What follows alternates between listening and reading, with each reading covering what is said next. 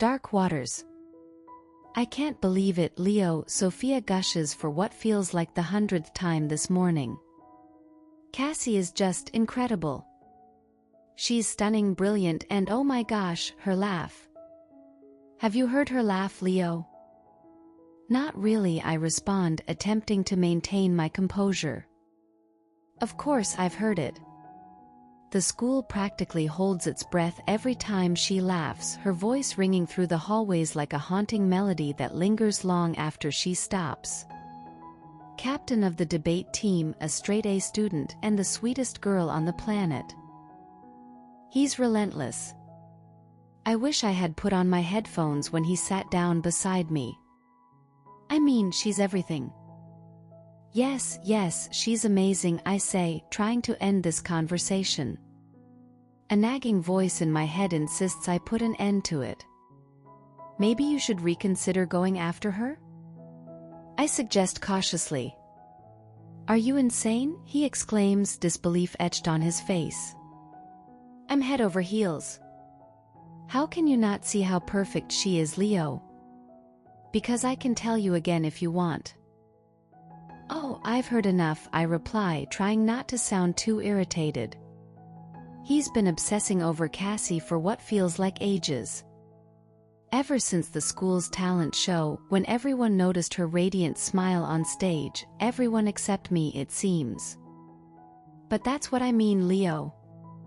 She's so amazing that every guy in school is crushing on her. Have you even spoken to her? The moment the words leave my mouth, I regret them. His expression shifts from infatuated to crushed. Are you saying she's out of my league? No, not at all. How did he get that impression?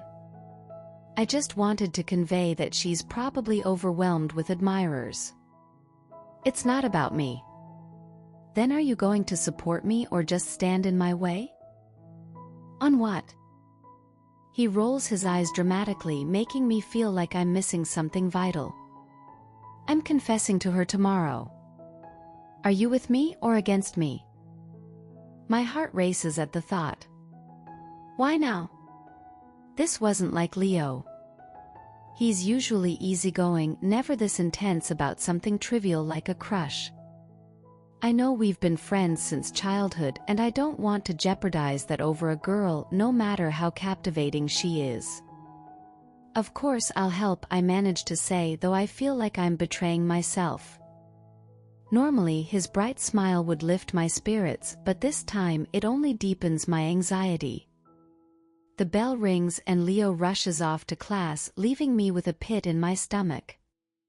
How am I supposed to navigate a day filled with the crushing weight of jealousy and the looming shadow of Leo's confession? Sleep eludes me that night as I toss and turn, haunted by images of Leo and Cassie sharing the moments I dream of. I burn with a mix of envy and longing, knowing I could never voice these dark thoughts. I've always been the confidant, not the one who shares. But what if I told Leo this time? Surely he'd understand? No. I can't be naive.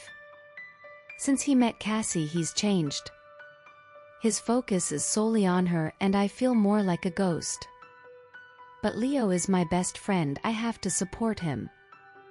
With a heavy heart, I surrender to sleep, hoping the morning will bring clarity. As soon as I see Leo, all my hopes that he might reconsider vanish. He holds a bouquet of lilies, her favorite flower. I'm all set, he beams, practically bouncing with excitement. Oh really? I say, my voice lacking enthusiasm. The tumult of emotions has left me numb. Absolutely. She's going to love this. There's no way she'll reject me now. Let's get you cleaned up, I suggest, even though he looks perfectly fine. Something pushes me to do this, a strange impulse I can't quite understand. You don't want to appear nervous. Why would I be nervous? His face pales, confusion written all over it. This behavior is unusually serious for a high school confession. You'll be fine, I assure him, rising from my seat. I'm not sure why I'm moving. It feels like my legs are acting without my permission. I blink and suddenly we're in the restroom, the sink running. Why am I washing my hands? My mind is foggy and everything feels surreal. I don't even notice when I start to feel nauseous.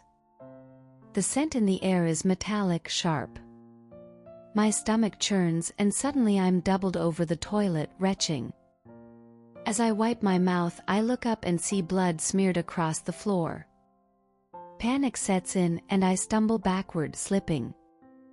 As I regain my composure, the source of the blood becomes painfully clear. Leo lies motionless on the floor, a pool of crimson surrounding him. My mind races with questions. Did I do this? What should I do? Yet amidst the chaos, a strange satisfaction washes over me. That's what you get for thinking she's yours, I think, the words oddly comforting. My mind is chaotic, but the only thing that matters is Cassie. She deserves someone devoted to her. In that moment of twisted clarity, I resolve to confess my love to her. I ignore the remnants of the chaos behind me, the blood, and focus on the rest of the day. I sit in class, transfixed by her laughter, each chuckle igniting a fire within me. Who were those who dared to share her attention? When the bell finally rings, I gather Leo's bouquet, most of it untouched by blood, and find Cassie in the empty courtyard. She looks surprised to see me alone. Hey Leo. What's up? She smiles brightly. Hey Cassie, I reply, my heart racing. Can we talk? Sure. What's on your mind? Her enthusiasm is infectious, but I'm focused on my goal. I want to confess something.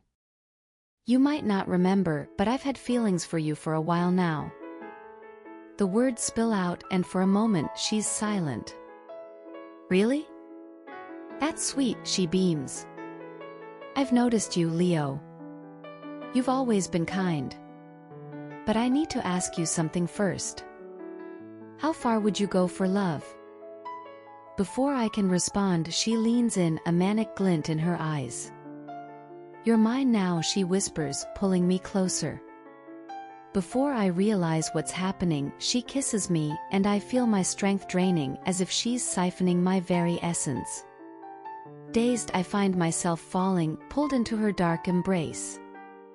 Then, without warning, she pushes me back, sending me sprawling into a nearby fountain.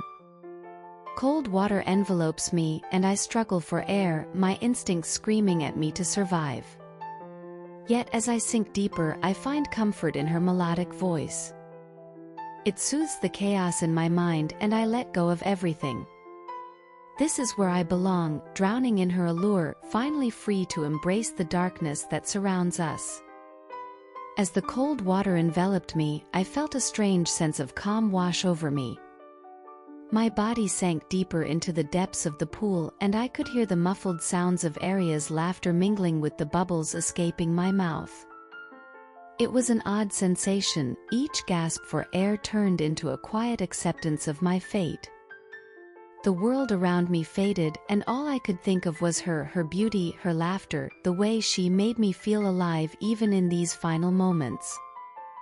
Images of Spencer and the others flashed through my mind, their faces twisted in horror as they fell victim to my obsession. Guilt bubbled up like the air escaping my lungs, but it was quickly replaced by an overwhelming desire to be closer to Aria. The darkness of the water wrapped around me like a comforting embrace, urging me to surrender to it. Suddenly, I felt a jolt of energy surge through me as if the water had become electrified. Aria's face appeared before me, a wicked smile dancing on her lips as she hovered just above the surface, her silhouette framed by the dim light filtering through the water.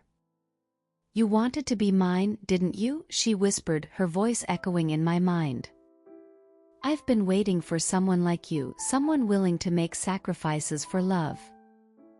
With every passing second, the sensation of drowning became less frightening and more exhilarating. I felt my body grow lighter, as though all the burdens I had carried for so long were slipping away, replaced by an intoxicating high. It was as if Arya was drawing me into her world, a realm where passion reigned supreme and nothing else mattered. I longed for her acceptance, her validation, and, in that moment, I was ready to give everything for it. Just as my vision began to blur, a pair of strong arms reached down into the water and wrapped around my waist, pulling me back toward the surface. Panic shot through me as I realized I was being rescued, taken away from my perfect escape. I fought against the grip, but the light grew stronger, pulling me back to reality. When I broke through the surface, I gasped for air, my lungs screaming as they filled with oxygen. Arya stood at the edge of the pool, her expression unreadable, watching as I flailed in the water, coughing and sputtering. "Why did you bring me back?" I croaked, feeling the familiar weight of the world pressing down on me again. "Because, darling, the game has only just begun," she replied, her voice dripping with delight. "You're mine now, and we have so much to do together." As I clung to the side of the pool, shivering and breathless, I couldn't shake the feeling that everything had changed. I was no longer just a bystander in this twisted tale of love and obsession. I was a participant, willing to embrace the darkness that came with it. In that moment, I made a silent promise to myself: I would do whatever it took to win her heart, even if it meant stepping into the shadows. Arya was no longer just a crush, she was my everything, and I would fight for her. But I had a feeling the path ahead was going to be much darker than I ever imagined.